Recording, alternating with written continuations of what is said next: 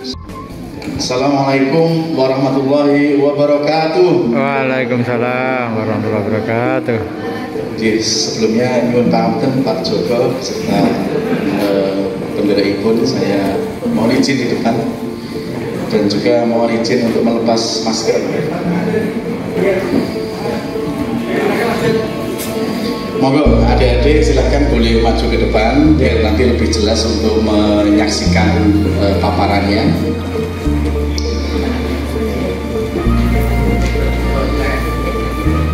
Selamat datang adik-adik dari Bangka Belitung. Oke, mudah-mudahan adik-adik ini adalah hari yang bersejarah gitu ya. Adik-adik nanti akan bisa mencatat dalam sejarah kehidupan adik-adik bahwa tanggal 13 Oktober 2022 saya pertama kali menginjakkan kaki di UGM, dan situlah besok adik-adik akan mendapatkan masa depan yang cerah. Amin. Iya. Di sini saya kemarin dimintai oleh Mas Adit, ya, Mas Nana dan juga Pak Jendro untuk menyambut adik-adik gitu, karena sebenarnya di UGM itu kita sudah punya jatah rutin. Jadi setiap Senin sama hari Rabu itu pasti kita kedatangan tamu SMA dari seluruh Indonesia. Nah kemudian Pak besok ada lagi tamu ini ekstra gitu ya, di luar jadwal biasa. Dari mana? Dari Bangka Belitung. Wah, saya langsung terbang, anak saya itu, saya melihat ada di sana itu ada apa itu Laskar Pelangi. Oh iya, saya langsung teringat di sana ada Laskar Pelangi gitu. Saya mau lihat apakah waktu itu ada yang ikut syuting atau enggak gitu. Mudah-mudahan ada satu orang itu ya. Oke, adik-adik, sebenarnya kami juga mohon maaf pada Bapak Ibu pendamping ya dari Dispora COVID-19 ataupun Bapak Ibu dari guru SMA. Sebenarnya hari ini kami juga saingan Pak, sama dengan tadi Pak Joko yang salah kostum gitu ya. Harusnya kita juga pakai sorjan sama belangkong. Tahu ya kayak sorjan? Sorjan itu seperti yang diagem oleh bapak-bapak dari Dispora ini, yang ada baju Jawa sama belangkong. Nah cuman kebetulan hari ini kan saya sudah dipesan untuk kesini ya, saya pakainya baju biasa aja, nanti udah bisa. Kalau naik kan agak susah itu ya, naik tangga itu harus dingin gitu, kalau pakainya lebih bebas gitu. Baik adik-adik, saya akan coba menyampaikan informasi terkait sobat UGM. Ini semuanya kan berapa ya? 11, ada yang 12? Ada 12. Oke, saya yakin yang duduk di sini adalah adik-adik terpilih dari Bangka Belitung ya.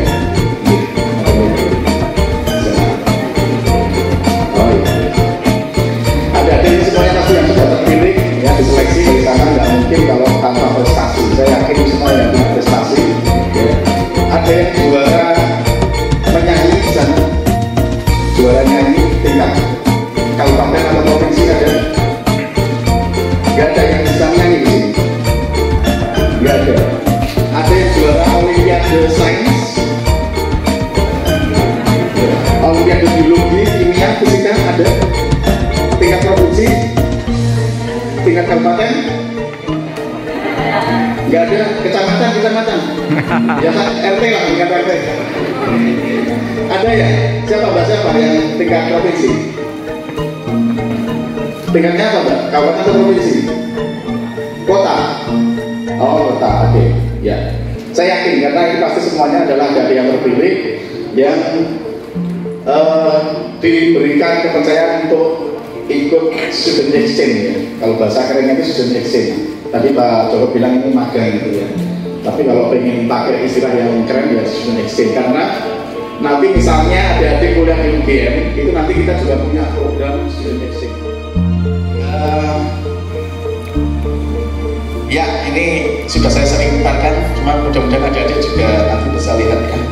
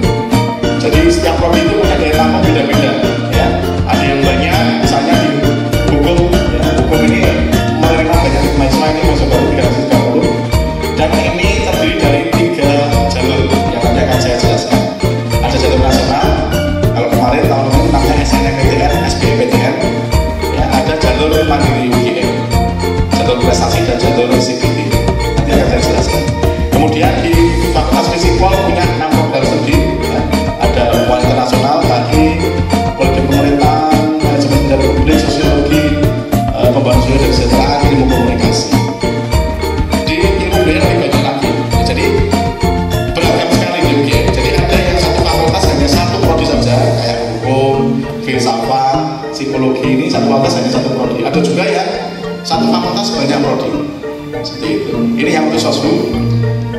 Kemudian untuk klaster agroteknologi ya, ini dari Saintek ya. Ada kedokteran hewan tadi saya sebutkan 200 ya.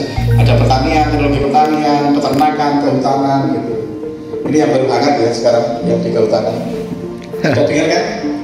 Jadi yang Pak Presiden yang kemarin di ijazahnya dipertanyakan asli atau palsu itu, beliau dulu kuliah di sini gitu. Dan kemarin beliau sudah menyampaikan press release ya, press conference bahwa ijazah yang dimiliki oleh Pak Presiden itu asli, ada. Jadi ya, kalau adik-adik urusan politik itu nanti bikin pusing gitu ya, makanya nggak usah mikirin politik lah, mikirin kita harus studi aja. Jadi kalau adik sudah pada sampai pada waktunya ya 10-20 tahun lagi adik-adik nanti akan jangan dibuat pusing ya, kasihan rakyatnya, rakyatnya nanti jadi pejabat negara itu ya nggak usah perlu ini dulu, perlu sudiranya dulu ya. Kayak kemarin kasusnya ya, ini mungkin karena saya ikut mengalami itu, pemerintah tanpa ada kajian dulu kemudian mengumumkan akan ada konversi kompor gas diganti kompor listrik. Padahal kan tidak semudah itu gitu ya. Kalau kompor gas diganti kompor listrik di rumah tidak masalah. Kemudian imbasnya adalah gas menjadi langka ya, karena sudah orang banyak panik, banyak yang libur juga, banyak perusahaan yang libur, akhirnya gas langka di rumah. Tadi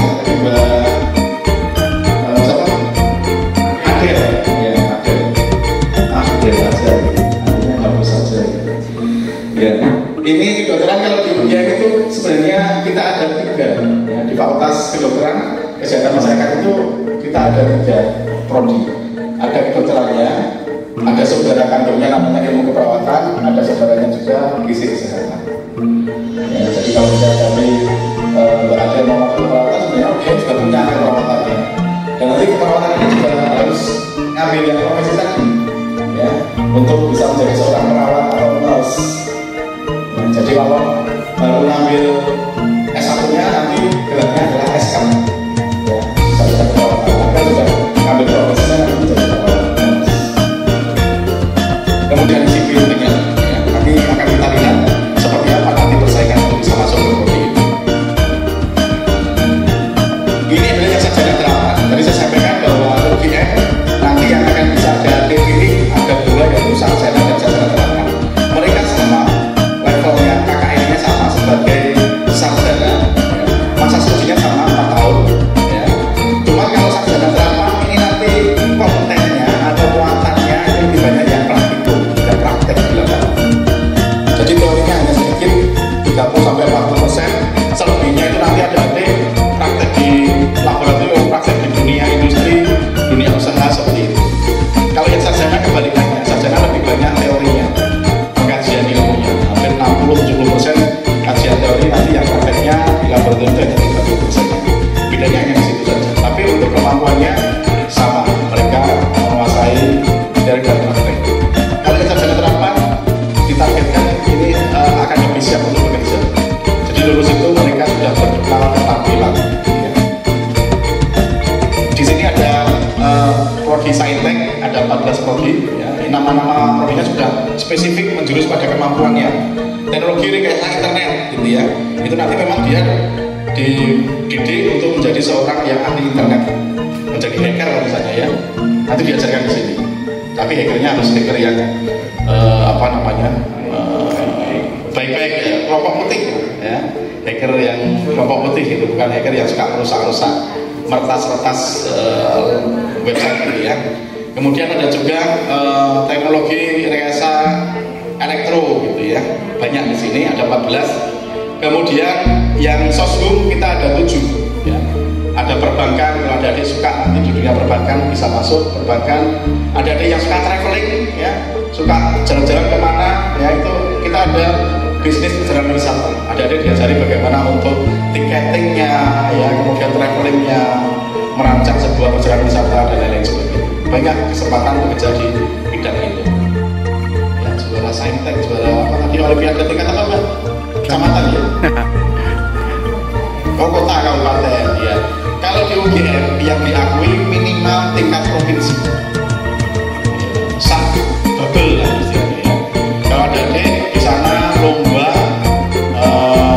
Olimpiade Sains, cerdas cermat sains, terus kemudian lomba olahraga semuanya ada ya, mulai dari senam, selam, berkuda, panahan, taekwondo, semuanya nanti akan di sini ya, di prestasi bidang sains dan olahraga. Jadi untuk yang PBU berprestasi ini semua cabang kita apresiasi, kita akomodasi ya, baik sains, seni maupun olahraga. Kemudian kita juga ada kemitraan. Khusus kemitraan itu nanti biasanya UGM dengan mitra atau lembaga yayasan pemuda yang sudah punya MOU dengan UGM. Kita lihat penjelasannya. Ini yang tadi saya sampaikan transformasi. Besok itu untuk yang SNMPTN yang pakai prestasi ini, itu isinya adalah adik-adik nanti akan diminta untuk unggah nilai raport. Bapak Ibu Kepala dan Bapak Ibu Guru BK mengunggahnya. Kemudian itu nanti akan di rata-rata nilai mata pelajaran semester 1 sampai semester 5 yang ada di rapor. Di rata-rata itu menempati 50%-nya. 50%. Jadi nanti kalau nilai rata-rata yang bagus, adik-adik sudah punya poin 50%, separuh dari kriteria seleksi itu. Kemudian yang 50%-nya lagi itu diambilkan dari bisa 2 mata pelajaran pendukung maksimal atau prestasi. Nah, itu tadi. Jadi nanti misalnya kedokteran UGM itu nanti mata pelajaran pendukungnya misalnya biologi plus kimia misalnya. Kalau adik-adik nilai rata-rata rapotnya bagus dan sudah mendapatkan 50% plus mata pelajaran pendukungnya juga bagus, otomatis adik-adik nanti bisa masuk di ranking itu, adik-adik masuk dalam ranking. Nah, saat ini kendalanya adalah kita belum mendapatkan SK dari kementerian untuk mata pelajaran pendukung itu apa saja. Sekarang baru disusun ya. Perguruan tinggi diminta untuk memberikan masukan. Tapi ini kita masuknya di sesi diskusi. Jadi kalau dari teman-teman semua masih ada yang penasaran, ada yang ingin lebih tahu tentang mungkin format yang diberikan tadi kurang jelas, bisa ditanyakan lagi masalah beasiswa, mungkin bisa ditanyakan lagi. Mungkin bisa adik-adik yang mau bertanya bisa langsung Mas Gaza langsung berdiri menyebutkan nama dan langsung ditanyakan ke Pak Ahmad Suhaimi, nanti akan dijelasan nanti ya langsung komentar.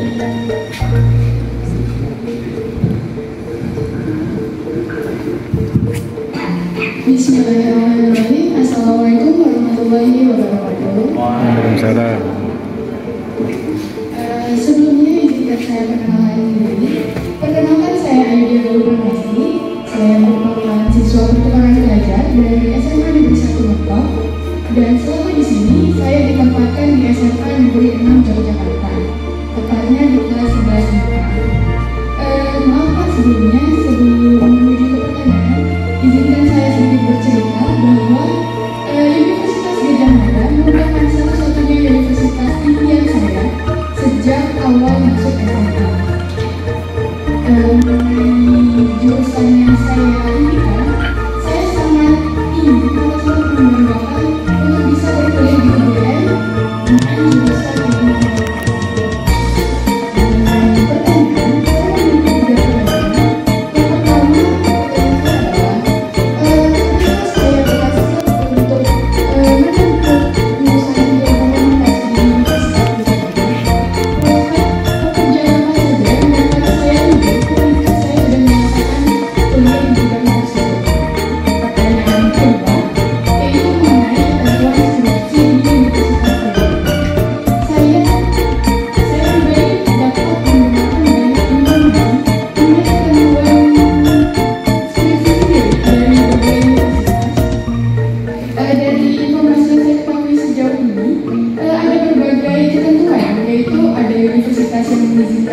mahasiswanya untuk mengambil atau meneliti skripsi di semester 5, kemudian mengunjungi guru membimbing di semester 6, atau malah ada universitas yang baru mengizinkan untuk mengambil skripsi di semester 8.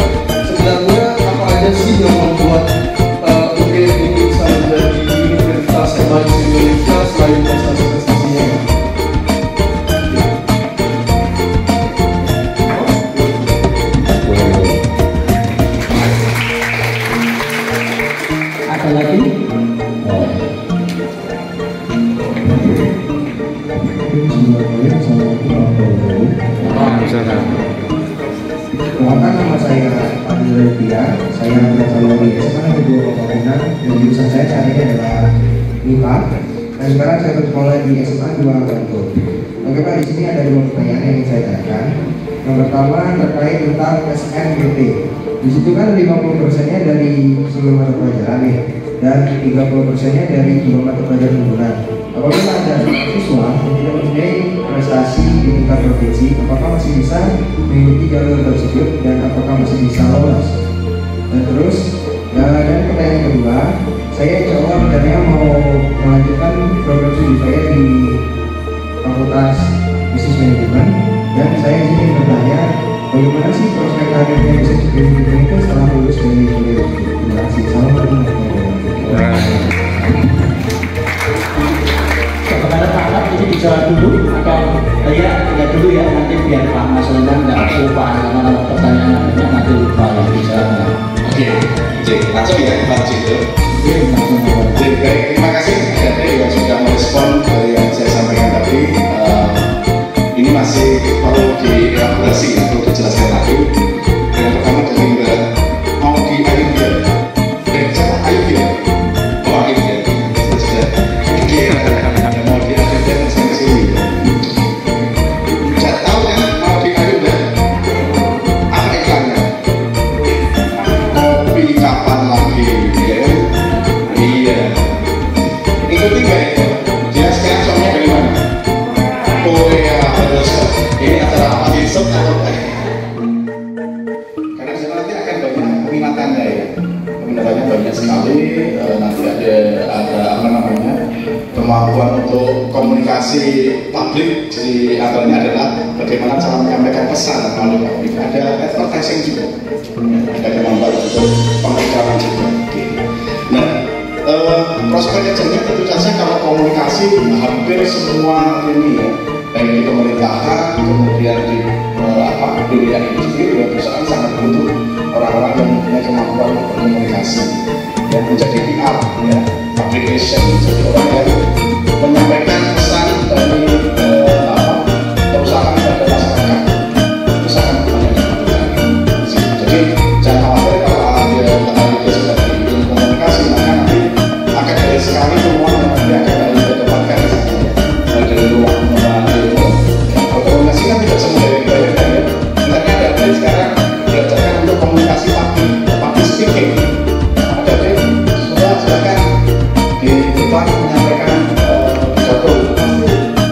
Itu harus diasah bagaimana mengurangi nervous, bagaimana bisa berbicara lebih jelas dan dapat diterima oleh telinga itu biasa bisa. Makanya kemudian nanti ketika orang sudah ahli dalam komunikasi, dia pasti sudah tidak akan menguasai teknik bagaimana bisa menyampaikan pesan itu sampai kepada pendengar seperti itu. Jadi topiknya tentunya hampir semua ini ada. Kemudian yang skripsi ini tergantung dari programnya, macam-macam bentuknya. Biasanya kalau skripsi atau BSR itu ada mata kuliah prasyaratnya. Misalnya kalau skripsi dia harus sudah menempuh seminar proposal misalnya. Karena kan skripsi itu nanti awal kali pertama diujikan dalam bentuk proposal penelitian. Ya. Ada pendahuluannya, ada latar belakang kenapa ini harus diteliti, ya. Permasalahannya apa.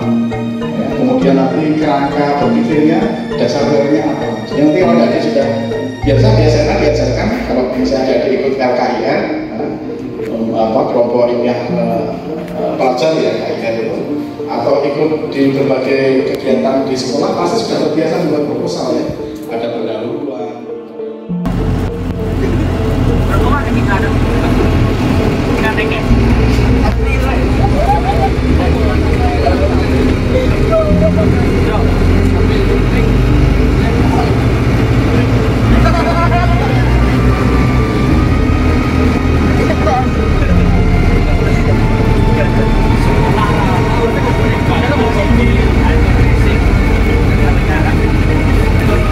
Oke, kita dari Perpustakaan UGM akan menuju Candi Prambanan, tapi mampir dulu di Masjid Kampus UGM.